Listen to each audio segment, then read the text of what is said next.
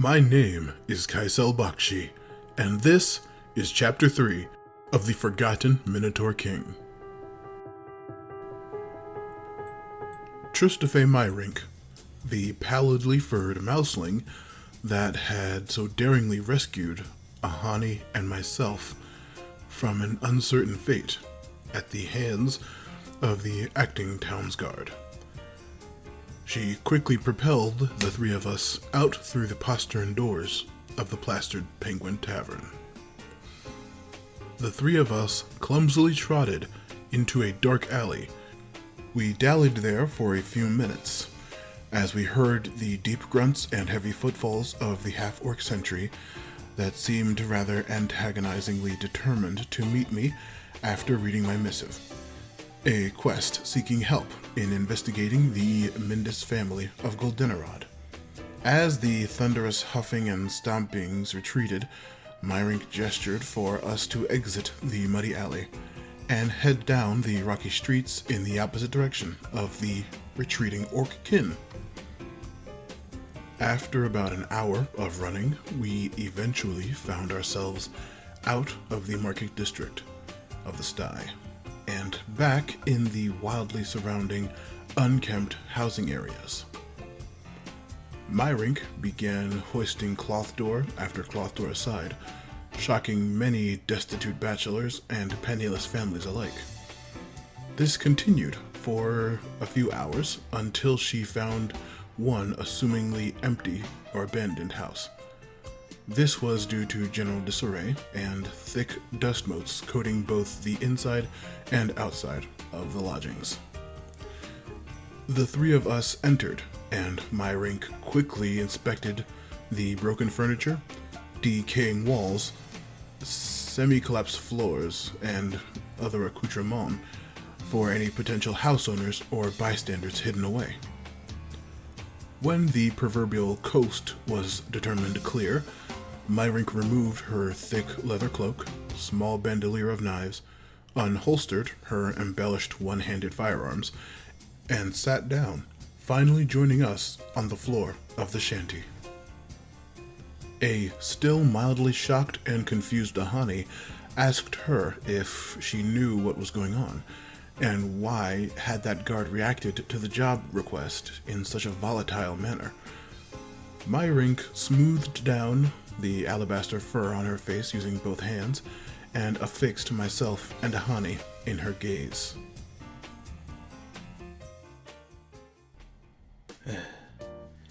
The man you seek to investigate, the one responsible for the destruction of the Mindis house, the Minotaur King known only as Krunturg. His tale is well known to us that grew up in the Rejalasad ruled provinces near Goldenarod. But what we hear is little more than ghost stories and pseudo-myth. The events may have taken place little more than a decade ago, but the true facts behind his rampage are so buried, some question if they ever occurred at all. I could not believe it. Not only had a guide found us, but she also potentially knew more details than I had been able to discover researching in the university's library for days. But that didn't explain the town's guard, so I asked her to elaborate on that. The Rakshasi catfolk rulers of the Great Empire, specifically the Rejalasad royal family, has suffered greatly at the hands of Krunturg. You know only the death and desolation of the Mindis household, but during that conflict, a number of Rejalasad princes and princesses lost their lives, specifically at the hands of that same Minotaur. Your kingdom's prince, Dinj Pagas, betrothed to a Rejalasad, and such a humiliation could not be made public, especially by some low-level history student that doesn't understand what he seeks. No offense. So they wiped nearly all word of Krunturg's acts from your history books. With some offense taken, I contemplated Tristafe's words. Then I puzzled on how the royal family of Wolfkeep could have discovered my goals. I had only began my scholarly research little over a month ago, and today was the first time I and Ahani put out those help wanted missives. Something wasn't adding up, but I was more invested than I had ever been. Then Myrink continued. As I said, my family hails from those lands. They once lived on the province of Skalamandri, just west of Goldenrod. We moved when I was still a little pinkling to a coastal beach island with no name.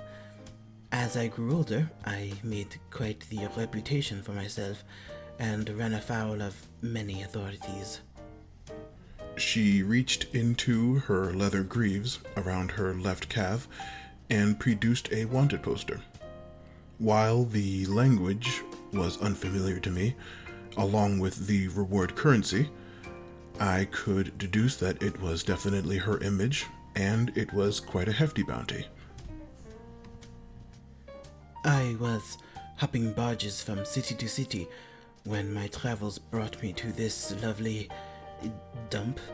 When I discovered your future queen was a Rajal Assad, I was preparing to leave once again.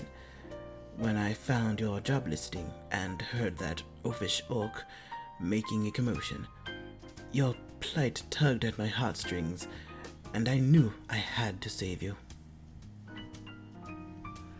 I felt she may not have been completely truthful with her intentions, but I knew we would have very few alternatives at this juncture, and the urgency of our quest was ever increasing. I formally introduced myself and Ahandi to her, again, vigorously thanked her for the aid in the tavern. For what felt like the 100th time, we took a few minutes to discuss the reward she was due for accompanying us, and then we decided our next goal. We made ourselves as comfortable as we were able in the dilapidated hovel we found ourselves exiled in. I once again checked off my mental list of quest preparations for the journey going forward, and the next thing we needed was transportation out of Wolfkeep and straight to Goldenrod. The best place to seek this would be the kingdom's stagecoach terminals, located on the eastern edges of the kingdom. Since it was getting rather late, I knew our best and safest chance would be early the following morning. Tristafe told us that these shanties were obviously not safe, and we should move to another location soon. So we checked our bearings, exited the sty, and made our way back to my apartments at the Sigwardi's University. When we arrived, it was like no time had passed at all in the old university. We spent the night avoiding my always industrious flatmates and learned from Tristafe everything she knew about Krunturg, which unfortunately turned out to be not very much. Just half-remembered childhood boogeyman stories, and basically everything she had already mentioned. Killed the Mendises and took their kingdom, then killed some Rajal Assad royalty she was too young to remember the names of. This was no big disappointment. She would still know the area once we arrived, and hopefully she was even more formidable than her swagger and ornate weaponry already displayed. In the morning, we made our way east of the kingdom, out to the stagecoach terminals.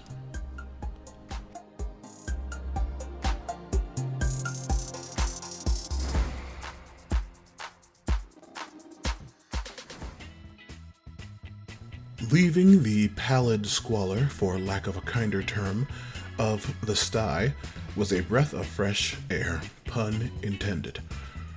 We had finally found ourselves back in more comfortable surroundings, even more so than my living quarters after we finally reached our destination. The terminals were a series of beautifully designed, multi-story tall porcelain and wood arches. Peppered throughout were windowed limestone abodes, with transients entering and exiting with great haste. The arches also shaded multiple cobblestone roads that intertwined and crossed over one another, all leading to outside of the kingdom and beyond. Every other track was headed by coaches of varying sizes and animal counts. The smallest was a personal buggy with a single horse and a padded bench. The largest was a tower-like structure of at least 4 stories, being pulled by a dozen destrier-like flame beasts, with a remaining 3 to 4 open saddles to harness far larger creatures of a species I could not determine at this time. The area we needed to adjourn to was the ticket booth, which were located further into the terminal's limestone buildings I had previously mentioned.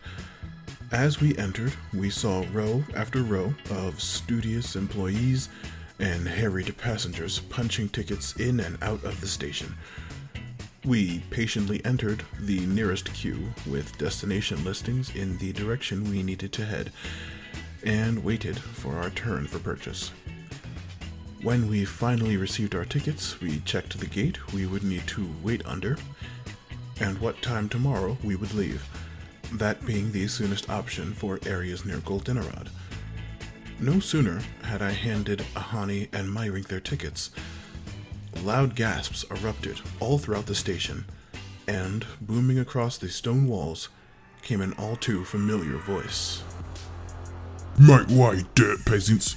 His Royal Highness Dinge Poggus and the lovely future Queen of Wolfkeep will have words with the station's manager. My blood ran cold at finding myself in this position once again, despite the greater distance and crowds that the terminals provided. Of course, that was incidental to the complete petrification I felt when the crowned prince himself forced his way through the station's already generous doorway. If the half-orc was an intimidatingly tall and broad figure, Prince Dinge was a gargantuan creature of such bulk and warty emerald-colored muscle, one might confuse him with a mossy living megalith, topped with an unnervingly wall-eyed toad's head, the size of a small boulder, the only signifier of his Samazatory frogman origins. The prince's forearms were so massive, as he walked they acted as a frontal pair of legs to support his considerable size. While not wearing the traditional princely robes one would expect, draped over Dinge's frame was a chitinous armor smithed from a large, vibrantly colored colossus beetle, crafted into ornate shoulder pauldrons and battle-scarred chestplate. He inflated his throat menacingly and let out a low croak that thundered through the halls as his eyes darted in independent directions from one another. A stout, balding halfling man in a red jumper timidly approached the monstrous prince. My view, admittedly, was partially blocked by most of the crowd, but from what I could tell, the man I assumed was the station manager was addressing someone else directly at the foot of Prince Dinge. While still petrified, my eyes left the unnerving prince and ventured downward to see who was accompanying him besides the various orc guards. It was, in fact, the future queen of Wolfkeep, the Rakshasi tigress-like princess Wallabunga Rajalasad. Golden-furred, with distinct black stripes across her hands and face, piercing topaz eyes, and trimmed short black whiskers framing her solid jaw. a young feminine figure in a blood-red sari dress, a traditional outfit from her homeland. Her golden and bejeweled nose chain glinted brightly even from where I was standing amongst the crowd. Her hands were clasped in front of her, and she had a wide and disarming smile across her face. The halfling manager kneeled and exposed the shining top of his head to the princess as he executed a very deep bow. Well, how can I aid His Royal Highness's royal family today? I can arrange for you the most lavish coach in the realm, if it pleases you. The prince reached out with astonishing speed and grabbed the halfling in one robust and webby palm. Where is the traitor Kycell Bakshi? He is in this station, and I want him dead. With this final declaration, Prince Dinge squeezed the station manager in his grip so ferociously the top of the halfling's skull erupted into a fountain of dark maroon viscera. That was when the entire terminal bursted into an uproarious panic. Hi, my name is Matthew Lewis, and I do the voice of Kycell Bakshi along with all the additional voices in the Forgtten Minotaur King. I hope you enjoy the podcast and continue to listen into the future. If you want to support my content, please donate to my Patreon, Matthew Lewis Podcasts. Subscribe to my YouTube channel, Matthew Lewis Podcasts, all one word. Follow me on Twitter at Matthew Lewis P. Or leave a positive maximum star review on your podcast app of choice. If you found this podcast, I assume you're familiar enough with the genre to know how important reviews are to the survival of a channel. And I hope you recommend this to your friends. Or if you didn't like it, you could recommend it to your enemies, and I'll teach them a lesson. Keep it sleazy, folks, and thank you.